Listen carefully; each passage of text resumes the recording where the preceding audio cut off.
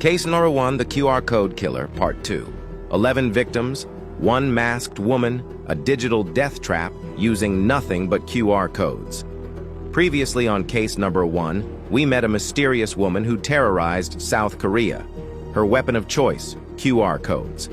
But how did this seemingly ordinary woman turn into an extraordinary killer? And how were the police finally able to catch her? Let's find out. After the previous episode, the police were extremely confused. All the QR codes led to dead ends. There were no witnesses, and most of the victims didn't even know what had hit them until it was too late. But the cybercrime unit wasn't giving up. They managed to trace the hosting server of the QR code and found that it was being accessed through a series of burner phones. These phones were bought with cash at a local store and were only used for a few hours before being discarded. But the cybercrime unit was able to track down these phones through secure proxies. It was a long shot, but someone, somewhere, had to have left a digital breadcrumb. And when the trail went cold, they followed the only lead that was still warm. A store CCTV camera caught a blurry image of a woman in a hoodie pasting flyers all over the city. What was unusual about this was that she always wore the same pair of shoes. This small detail would eventually be the key to cracking the case. With this lead, the police now had a face to put on the case. They started tracking her movements, her online activity, and every place she visited. But the woman seemed to have vanished into thin air. She wasn't using any public transportation, and she seemed to be avoiding any form of digital transaction.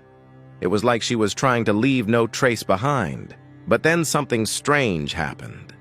Another victim came forward, claiming that he had seen a woman matching the same description sticking more flyers around town. This was their big break. Unbeknownst to the killer, one of the victim's apartments had CCTV cameras installed.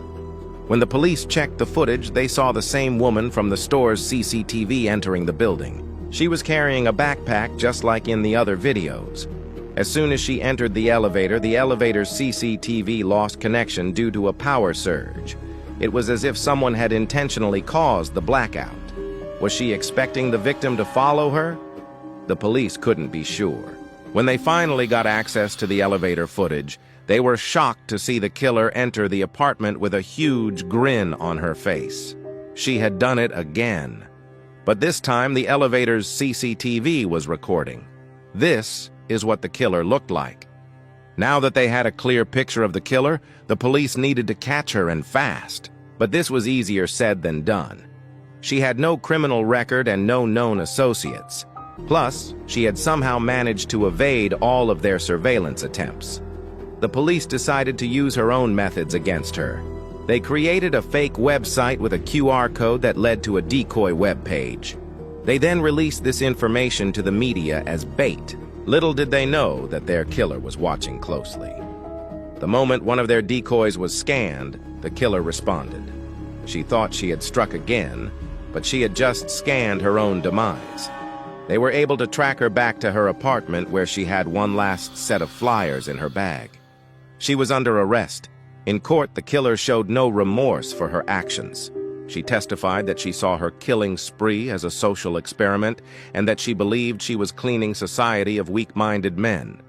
Her defense attorney argued that she should not be convicted for murder since the victims' deaths were technically accidental, but the judge wasn't having it. He sentenced her to life without parole. He called her a genius misused by darkness. Even today, the police warn the public never to scan unknown QR codes. The case of the QR code killer is a reminder that danger can come from anywhere, even a piece of paper on the street. For more such cop investigation stories, follow our channel Police Stories.